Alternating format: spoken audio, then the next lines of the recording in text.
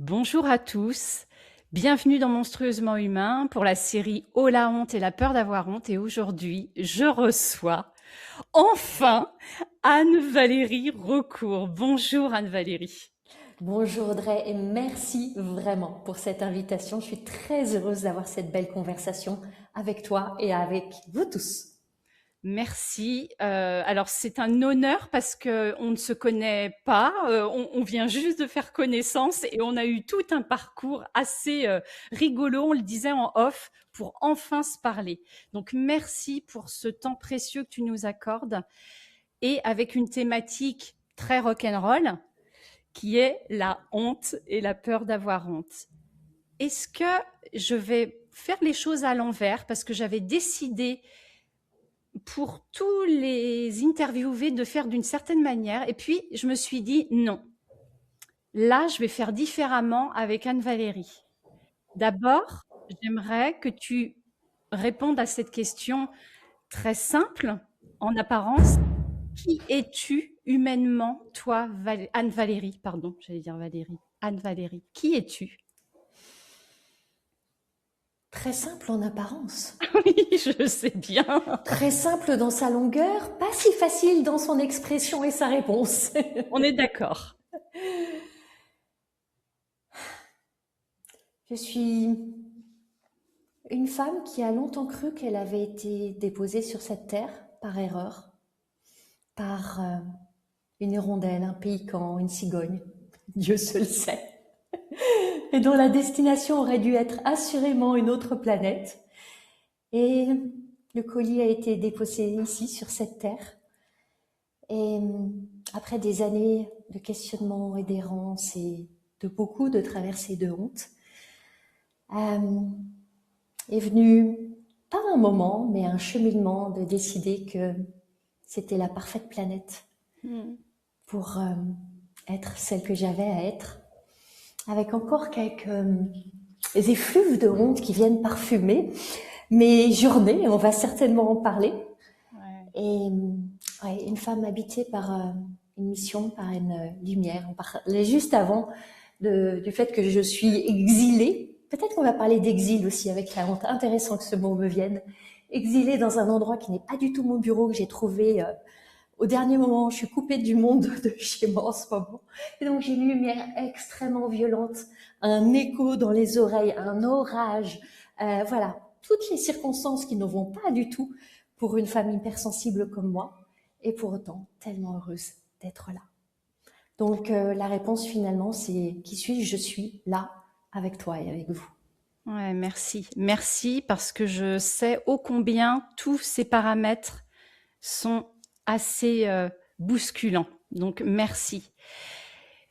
Alors, en parallèle de cette question qui paraissait si simple, pour le coup, j'ai très envie d'avoir l'étiquette, la casquette sociale d'Anne-Valérie Raucourt, parce qu'Anne-Valérie Raucourt, aujourd'hui, c'est quand même tout un univers.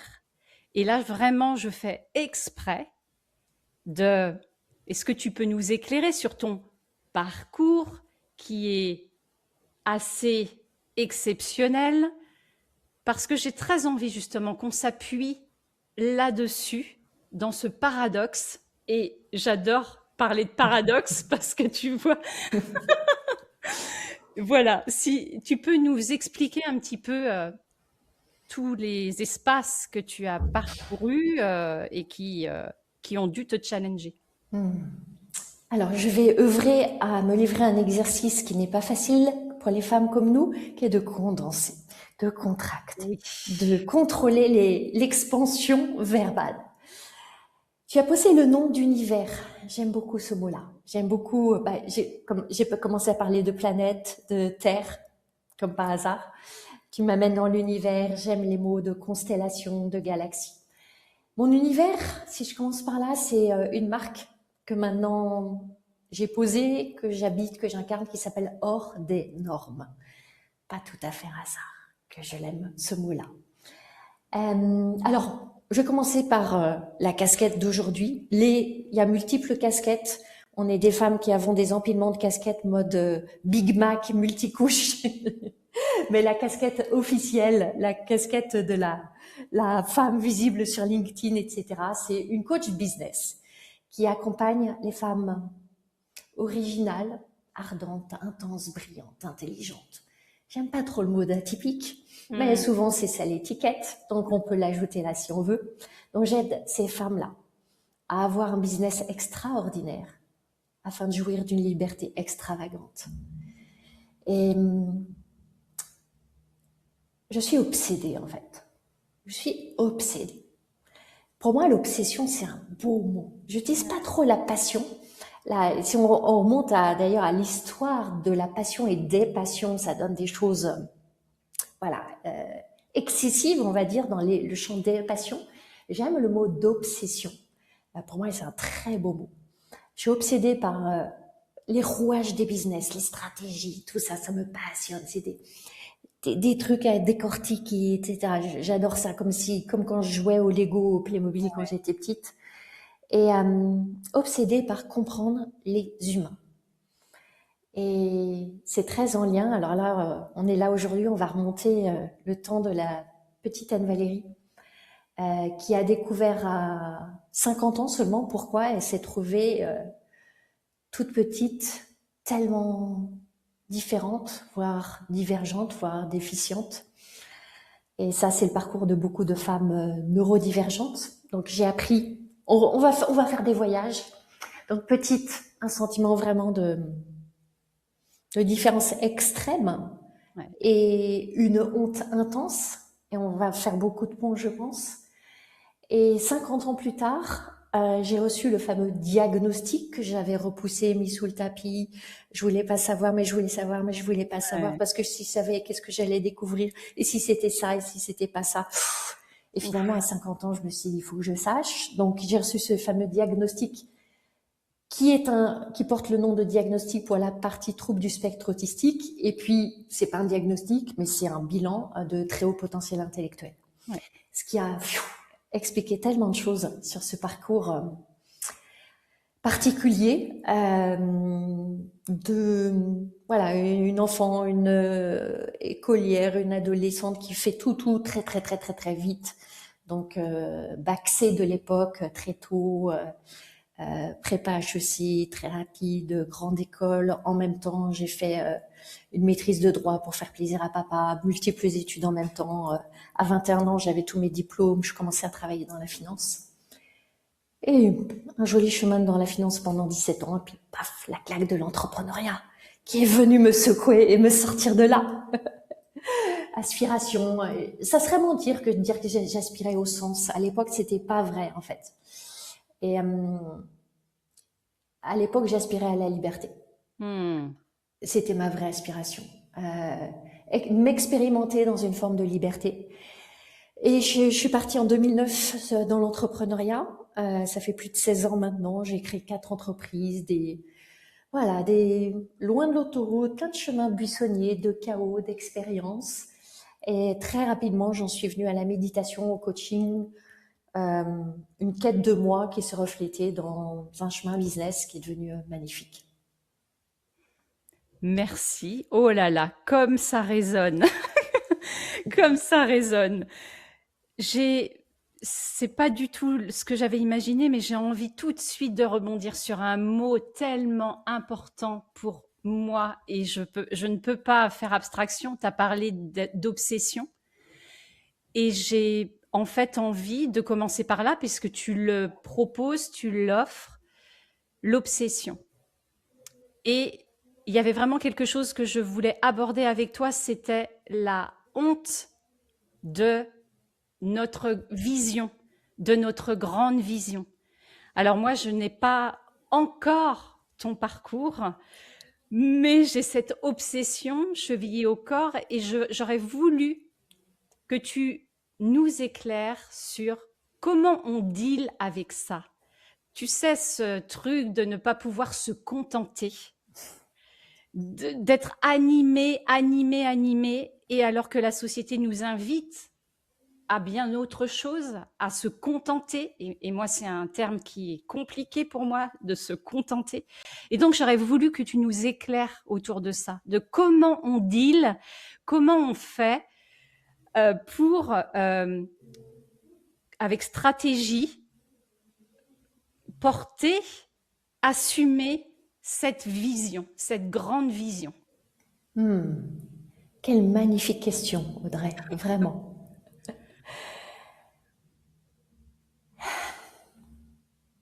J'ai envie de dire plusieurs choses. En effet, tout dans la société, presque tout, et en particulier pour les femmes, vise à rétrécir cette grandeur, rapetisser ce côté extravagantissime. Et c'est une lutte, mais qui devient facile, je trouve, en tout cas dans mon expérience, quand tu te donnes à expérimenter l'autre polarité, à savoir, on a soit je vais dans mes obsessions, dans ma grandeur, dans ma vision, dans cette intensité, je suis une fusée, un bulldozer, une Ferrari, on appelle ça comme on veut, et je suis inarrêtable et j'ai des désirs délirants et j'y vais. J'assume. Et j'assume. Ok. Soit l'autre polarité, comme on fait jamais les choses à moitié, de toute façon on va pas rester dans l'entre-deux. L'autre polarité, c'est j'éteins, j'étouffe, je m'étiole et j'expérimente la petitesse et le rapetissement. Et de tout étriquer. Et je l'ai expérimenté, ça. Et en fait, expérimenter cette souffrance, ressentir cette souffrance, cette douleur, c'est une amertume, c'est une aigreur. Et pour moi, ce qui est terrible, c'est cette conscience sur-aiguë des regrets que je suis en train de me créer.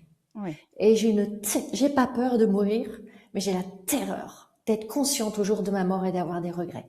Et cette terreur-là. Et ça, pour moi, c'est un garde-folle. Okay. C'est mon garde-folle de pas me laisser glisser dans ce que... Moi, il y a un mot que je déteste et que j'adore, c'est la médiocrité. Je déteste la médiocrité. Et pour moi, c'est glisser dans la médiocrité que d'aller dans cette facilité et cette aspiration qu'on veut de nous. Et mon garde-folle et mon réveil, c'est de me dire, non, t'es en train de te créer des regrets. Et je ne veux pas nourrir des regrets avec lesquels je pourrais mourir. Ça serait horrible. Oui, insupportable, j'entends. Ouais. Donc, pour moi, tu vois, c'est cette expérience de la polarité opposée à l'intensité de la vision, c'est la médiocrité, pour moi. J'appelle ça une forme de médiocrité dans laquelle jamais la complaisance, je déteste aussi, me complaire dans la médiocrité où ça me hérisse le poil. Et je vais avoir ces réveils de tu veux pas de regrets. Et sans même penser en fait au jour de ma mort, je ne sais pas si j'aurai la grâce d'être consciente ce jour-là ou pas. C'est juste si on raccourcit le temps chaque soir. Chaque soir, avec qui est-ce que je me couche? Alors, éventuellement avec mon mari, ça dépend. Mais à tous les coups avec moi-même. C'est certain. Et avec quelle version de moi j'ai envie de me coucher? Est-ce que j'ai envie de me coucher avec celle qui a vu grand, qui a vu beau, qui a osé, qui a tout explosé, ou celle qui s'est laissée limiter? Et la réponse, je l'ai tous les soirs en fait. Et il y a des jours où j'y suis pas, des jours où je me rétrécis, des jours où je cède parce que j'ai aussi avec le neuroatypisme des moments de pâleur, de fadeur, de médiocrité. J'en ai aussi. Et alors ces soirs-là, monstrueusement humaine aussi. Mais alors ces soirs-là, c'est moche. Et le lendemain, je me souviens comment ça a été moche la veille au soir, et le soir qui vient, j'ai envie que ça soit pas moche, j'ai envie que ça soit beau. Merci. Alors, j'entends tout à fait ce que tu dis. C'est en tout cas pour moi tout à fait compréhensible, mais j'ai envie de faire le lien avec ce parcours de grande école, de la finance, du business, de l'entrepreneuriat, de l'écriture. Comment est-ce qu'aujourd'hui tu as encore des hontes? Est-ce qu'aujourd'hui la honte te traverse à certains moments? Alors, aujourd'hui, je suis dans... je prends quelques instants pour vraiment répondre en vérité.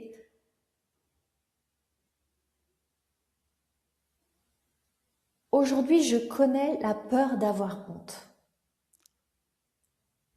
La peur d'avoir honte. Donc, cette Oui, anticipation d'une possible honte qui viendrait. Est-ce que je ressens encore de la honte avec intensité, suffisamment d'intensité pour qu'elle soit palpable en fait, et que physiquement, corporellement, je la vibre? Je ne crois pas. En tout cas, j'en ai pas un souvenir assez récent et cuisant pour qu'il puisse être là. En revanche, des situations où j'anticipe que je pourrais avoir honte, oh oui. oui, parce que comme tu dis, il y a cette connaissance de la peur d'avoir honte. En fait, il y a une conscience tout à fait affûtée à cet endroit-là. Est-ce que dans ton parcours, il y a eu des moments, à cause de la honte ou de la peur d'avoir honte, que tu as évité, annulé, fait machine arrière? Évidemment. Mais bien sûr qu'il y en a eu. Des moments où j'ai simplement cédé à l'injonction de la honte qui dit « Cache-toi, Oui, disparais. C'était trop moche dans la lumière, là. Va vite te planquer dans l'ombre, sous la table, dans ta grotte, dans le placard. On ne veut plus te voir. » Oh oui, j'en ai eu. Et j'en ai ok. eu des moments où, dans des scènes, je me suis physiquement retirée de la scène, ou des moments où je ne suis surtout pas allée me mettre dans des situations où le risque, la honte, elle est perçue comme un risque en fait, c'est Oui, intéressant. ouais. Où le risque de la honte m'a empêché de vivre bien des choses, ça c'est certain. Ouais, merci. Et comment on deal, comment tu as tout de suite, j'ai reparcouru ton chemin, tu as fait une grande école de commerce. Comment, quand on porte la honte et la peur d'avoir honte, comment, quand on se sent si différente, extraterrestre d'une autre planète, comment on trouve, qu'est-ce qu'on active à ce moment-là pour passer outre?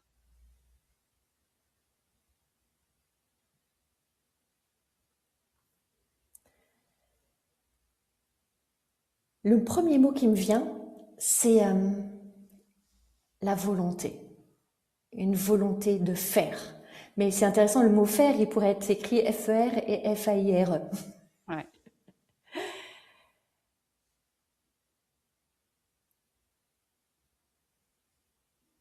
Et la question devient, d'où vient cette volonté, ou pourquoi cette volonté, ou quelle est la source, en fait, de cette volonté.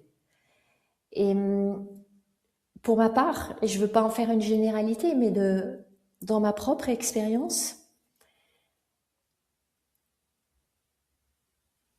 je crois que, et c'est un des paradoxes aussi de la honte qui nous pousse à nous exclure, à nous exiler, à nous cacher. Et en faisant cela, on fait exactement ce que la honte veut et ce qu'on veut fondamentalement, viscéralement éviter. Je dis on, je, et Oui. les personnes souvent neuroatypiques, et j'en accompagne énormément, qui est cette peur viscérale d'être ostracisé en fait, Oui. d'être exclu de la société, comme dans la cité d'Athènes, où les citoyens pouvaient voter pour ostraciser et exclure de la cité des citoyens. Et ils partaient avec leur nom sur un petit tesson de céramique. Et il y a cette peur viscérale, primale qui est là, d'être ostracisé et donc d'en mourir en fait, de Oui, mourir de faim, de dessèchement, de je ne sais. Et en fait, la honte nous fait faire ce mouvement qui est exactement celui auquel on veut échapper en écoutant la honte. Il y a un truc un peu... oui, complètement dichotomique, oui. ouais, c'est vicieux en fait, c'est Ouais, extrêmement vicieux. oui, Et, euh, et pour moi, il y a eu très très très trop, aussi loin que je me souvienne. En effet, cette peur et honte sont assez intriquées, elles sont très différentes, mais elles sont quand même très intriquées. Et j'observe, et je le vois beaucoup chez les femmes que j'accompagne, souvent elles nomment peur ce qui en réalité est de la honte. je suis complètement d'accord avec toi. Et c'est intéressant de voir que finalement la peur, je fais une petite digression, mais ça m'emmène là, la peur est finalement assez socialement acceptée. C'est normal d'avoir peur, on connaît tous la peur, on sait discuter de la peur et on l'accepte la peur, c'est normal d'avoir peur, c'est humain d'avoir peur. Quand on a peur, ok, on réagit de telle manière. Mais la honte, elle a bien réussi son job, la coquine. Elle est taboue en fait, on n'en parle pas. Ouais, Et quand en coaching, si je pousse un peu et je dis que j'amène la cliente sur le terrain de la prise de conscience que c'est de la honte, il y a beaucoup de résistance. ouais, Elles ne veulent pas admettre que c'est de la honte, comme si c'était honteux d'avoir honte en fait. c'est Elle fait ça. sacrément bien son job, C'est dame l'idée honte. d'être, pardon, oui, c'est vraiment l'idée d'être démasqué là. Ouais. Et pour le coup, c'est waouh, comme si enfin toute la société, tout le monde entier était les yeux rivés sur nous avec un truc fluo, une enseigne honteuse. Oui, Ouais, on a le droit d'avoir peur, mais on n'a pas la permission de non, ressentir de la honte. ouais, C'est très étrange.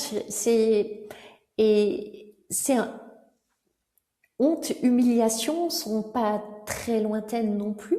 Ces complètement. deux-là sont des émotions vraiment à vibration très très basse et tabouifiées, je trouve. Ouais. Après, on a la culpabilité qui est un peu moche aussi, Mhm. mais ça va un peu mieux. On en parle, oui, tu te sens coupable, oui, je me sens coupable. On peut parler de la culpabilité, mais la honte, on n'en parle pas. C'est très intéressant. Ouais. Alors justement, tu parlais de la honte d'avoir honte. Est-ce que toi, c'est quelque chose que tu as contacté à un moment dans ton parcours? Justement, de ne pas, quelque part, assumer, en la ressentant? Alors, j'ai très longtemps, comme sans faire de généralisation outrancière, mais je pense que beaucoup de personnes sur le spectre du trouble autistique ont un rapport particulier, on va dire singulier, avec les émotions, Ouais, avec une intensité émotionnelle parfois foudroyante et une ultra protection justement pas pour vaciller, mais pas chuter dans ces ouais, tempêtes-là. Donc je suis de celle-là. Et j'ai très longtemps été coupée de mes émotions. Et j'ai développé des talents extraordinaires pour ouais, couper toutes les émotions. Donc la honte dans le lot de toutes les émotions.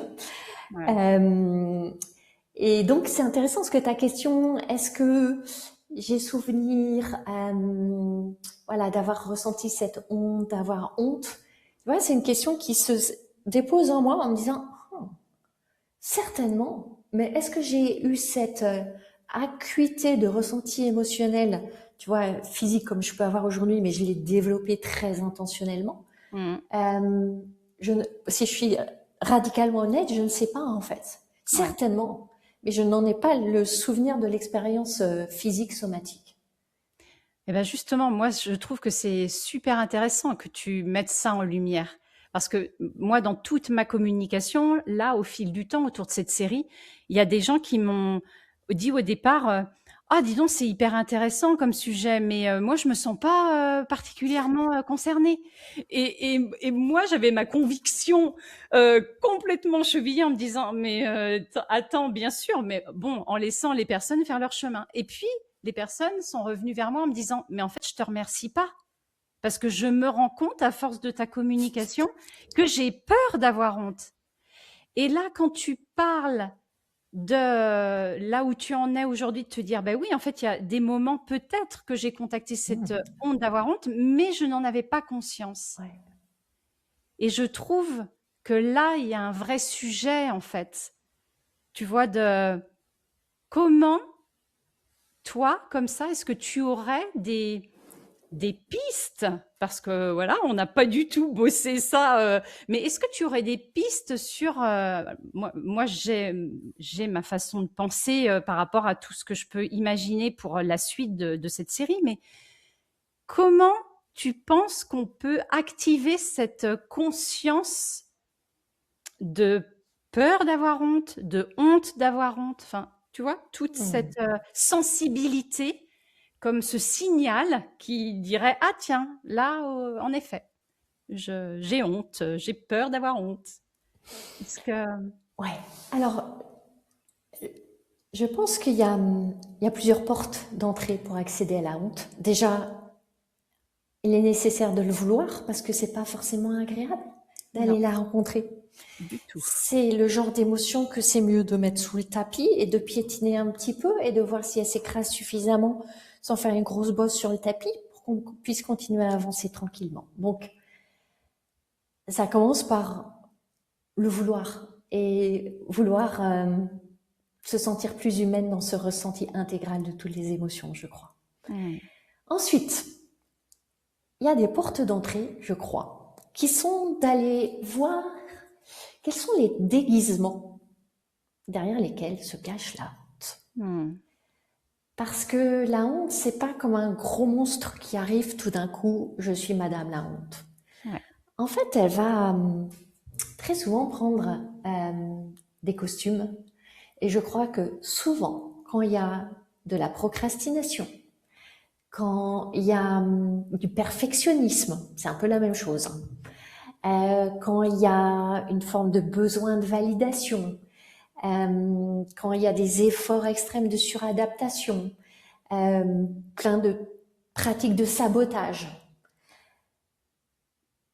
Si on observe ces symptômes, ce sont des symptômes des expressions de la honte qui est derrière. Ouais. Ou de la peur d'avoir honte, ou la honte, elle vient en couche, elle est passionnante à aller décrypter. Donc, je pense qu'il y a vraiment cette porte d'entrée quand on observe nos mécanismes divers de sabotage et tous les bâtons dans nos roues vers nos objectifs et nos rêves, et qu'on se pose la question vraiment avec une honnêteté radicale, pourquoi j'ai pas encore réussi ce que je voulais, pourquoi j'ai pas atteint cet objectif, pourquoi en tant qu'entrepreneur je suis pas encore là où je voudrais, et qu'on observe tous ces bâtons qu'on se met nous-mêmes dans nos roues. Moi, j'ai un sens des responsabilités extrêmes. C'est jamais les autres qui mettent les bâtons, c'est toujours moi. Et j'aime ça. Pourquoi? Parce que comme ça, les autres n'ont pas le pouvoir, j'ai le pouvoir. C'est tellement mieux. Mais bon, c'est une digression. Je reviens.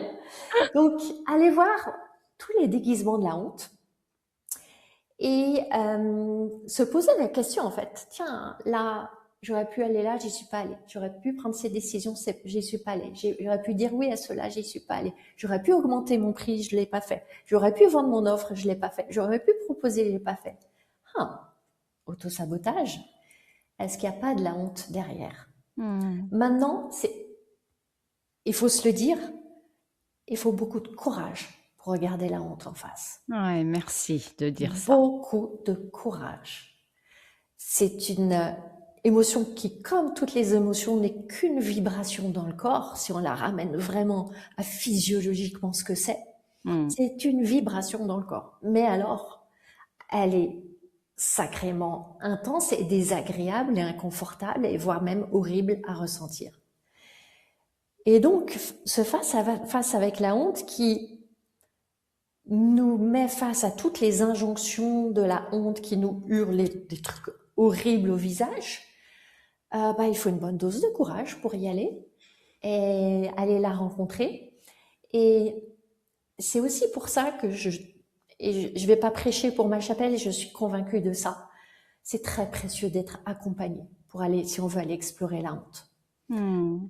Parce que je crois qu'in fine, la honte, elle se liquéfie, elle fond quand on porte un regard, comment je pourrais le nommer? Juste, un regard vrai, un regard clair sur Lucide. lucide, Ouais. empreint de discernement sur ce qui se joue vraiment. Hmm. La honte, c'est une menteuse. C'est une satanée menteuse. Elle nous Ouais. raconte des bobards. Elle nous dit, tu n'es pas assez. Hmm. C'est ça comme son message. Tu n'es pas assez. Tu ne Hmm. devrais pas être là. T'as pas le droit d'exister. Tu mérites pas. C'est horrible. Elle nous dit les choses les plus horribles qu'un être humain peut entendre, en fait. Oui, c'est une manipulatrice. Hein. Hmm. C'est une grande manipulatrice. Hmm.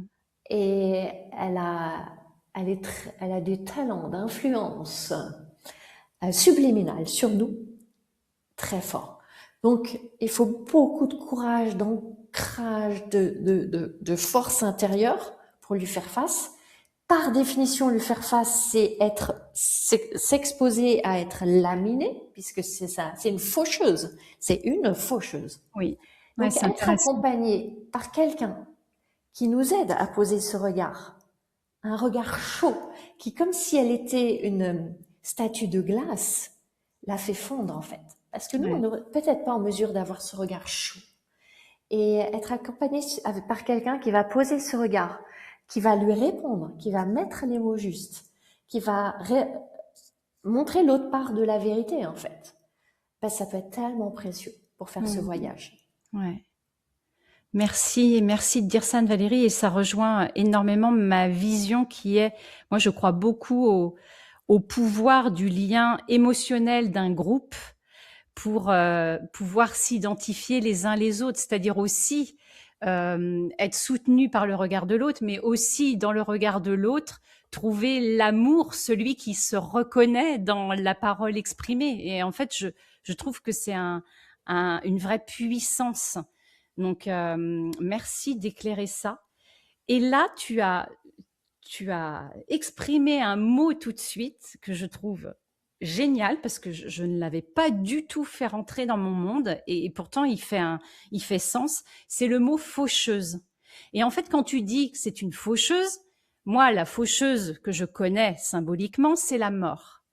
Et en fait, la honte nous fait vivre ce sentiment, enfin, nous fait croire que de honte, nous allons en mourir. Oui, Tu sais, c'est l'expression « Oh, je vais mourir de honte ». Voilà. Et Boris Cyrulnik, en plus, enfin, tu vois, avait écrit ce bouquin Mourir de dire, c'est-à-dire qu'on est persuadé que de toute façon, de la vivre, nous allons en mourir.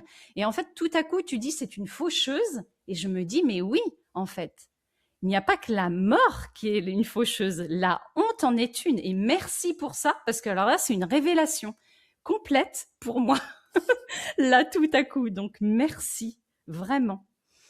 Je surveille le temps. Et j'ai envie de te demander, parce qu'il y a quelque chose, j'ai envie de faire un mini débat là-dessus avec toi, c'est, j'entends souvent, oui, pour dépasser la honte, il faut oser. Et moi, je suis à peine d'accord avec ça, c'est-à-dire que oui, on peut, alors je te donne ma vision, mais tu vas peut-être me contredire et c'est complètement OK, mais moi, je me dis oui, on peut oser un truc fou, mais pour autant, de l'oser seul ne te défait pas, ne te départit pas de la honte pour autant au fil de ta vie. J'ai pas l'impression que le oser tout court soit la recette miracle. Que penses-tu de ça?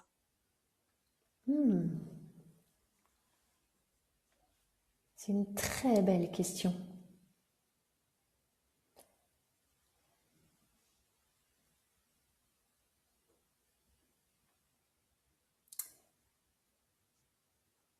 C'est intéressant, si je reprends le fil de ce que tu as exprimé et exposé, Audrey, si on parle d'oser, en fait, on va parler globalement d'oser faire des choses, poser des actions audacieuses.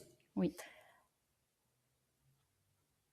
Malgré ou avec la honte qui peut venir avec. Et je vais prendre un exemple extrême, n'importe quoi, oser aller nu dans la rue. Voilà. Parce que c'est a priori, pour l'ensemble des êtres humains, 98% peut-être, si on nous demande d'aller nu dans la rue, outre le fait qu'on risque d'être arrêté par la police. Avant même.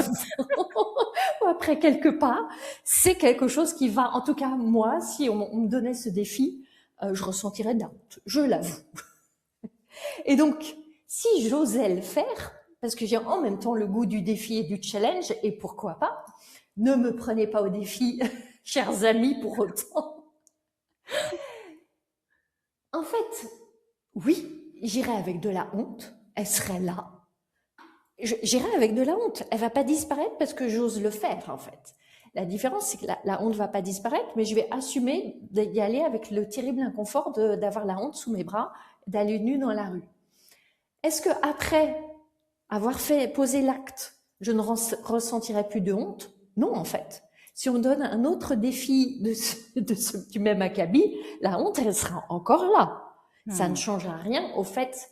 Donc, je ne suis pas sûre qu'on peut se débarrasser de la honte. Merci. Je pense qu'on peut accueillir le fait qu'elle va être là, faire en sorte qu'elle ne nous arrête plus, faire baisser son intensité, la laisser cohabiter. Si je reprends mon exemple, elle sera là, mais à côté, j'aurai une joie du dépassement, une fierté d'aller relever le challenge, un amusement peut-être non, pas en imaginant des photos pour LinkedIn ou des réels pour Insta, non, pas ça. Mais je pourrais avoir plein d'autres émotions qui vont beaucoup plus agréables, qui vont avoir de la place à côté de la honte. La honte ne prendra pas toute la place. Oui. Donc, je suis pas sûre qu'on peut l'éradiquer. Ouais. En revanche, là, juste la mettre à sa juste place et qu'elle ne nous arrête plus, ça, oui, j'y crois vraiment. Ouais. Je te remercie. Moi, c'est ce que j'appelle peut-être faire ami-ami ou en faire une douce compagne qui ne soit pas le tyran de notre univers. Ouais, merci. Écoute, il y aurait tellement d'autres choses à aborder ensemble, mais je vois le temps et je suis garante de ce temps. Il y a dans cette série un challenge et tu as eu la proposition de soit chanter un morceau avec moi, soit écrire une phrase pleine de panache et flamboyante en jeu sur qui tu es, toi, Anne-Valérie, qui as-tu envie, enfin, quelle version de toi as-tu envie de proclamer au monde? Et donc, tu as choisi cette option. Donc, je te propose cet instant flamboyant. C'est vraiment intéressant, Audrey. Je veux mettre ta demande en contexte. Je l'aime, cet adjectif flamboyant ou flamboyante, je l'adore. Peut-être ai-je ce matin inconsciemment décidé de porter ceci qui est un petit peu un haut aux couleurs flamboyantes. Oui. Parce que mon inconscient, jusqu'à ce que nous commencions cette interview, avait totalement oublié la phrase et le panache et l'instruction, complètement. Depuis 2 jours, j'ai un agenda où je suis en exil de chez moi. Tout a été chamboulé. Moi qui d'habitude suis vraiment très organisée et structurée, là c'est, voilà, ça ressemble à un grand capharnaüm. Donc la phrase avec panache. Mais l'idée m'est revenue au moment où on a commencé à enregistrer. Je me suis dit, alors, j'aurais pu me dire, la honte, je vais pas avoir une phrase avec panache. Mais non, tu vois, je me suis dit, bon, on va voir dans l'instant ce que je vais pouvoir, par quoi je vais pouvoir être traversée. Et l'instant, c'est maintenant. Et je vais être traversée, en fait, par... c'est intéressant. J'ai passé 4 heures ce matin avec mes clients du Mastermind Paradox et on parlait de leur prix, de leur positionnement, des choses très stratégiques business. Et dans la transmission que je leur ai faite, j'ai parlé d'une notion et c'est celle que je veux amener là en fait. C'est cette phrase qui va venir, qui m'est très très très chère et qui souvent on me demande, mais Anne-Valérie, comment tu fais pour avoir cette énergie? Comment tu fais pour avoir cette dévotion, pour faire tout ce que tu fais, pour être tellement engagée, tellement présente et ta ta ta. Et en fait, j'ai plusieurs réponses en vérité, mais il y en a une, c'est que j'ai cette conscience tellement intense d'être là pour honorer un héritage. Et quand tu parlais de vision tout à l'heure, Audrey, de cette intensité, de cette propulsion, de être contente et ne pas s'en contenter, tu l'as pas dit comme ça, mais ça, c'est ma traduction. Oui, je veux être contente, je veux être une femme de joie ou une fille de joie comme Oui, toi. merci. Je le suis, j'ai écrit un livre sur la joie. Oui, Et en même temps, être une femme gourmande, affamée, assoiffée. Et je le dis aussi, c'est magnifique paradoxe qu'on embrasse. Et donc ce matin, je leur disais, mais bon sang, vos prix ont non seulement à vous honorer, mais à honorer l'héritage que vous portez. Ces personnes, ces hommes, ces femmes, ces êtres humains qui se sont battus avant vous, qui ont tout fait pour que vous soyez là, que dans votre ADN, et on parle d'épigénétique, il y ait ces dons, il y ait ces talents, il y ait ces forces, il y ait cette vibration, cette vivance. C'est une responsabilité d'honorer ça.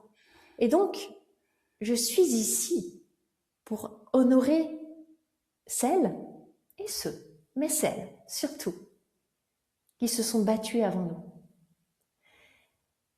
Celles qui se sont battues afin que celles qui viendront après nous, et ceux, mais celles surtout, puissent baisser les armes. merci. Je suis très émue de ta phrase. Merci.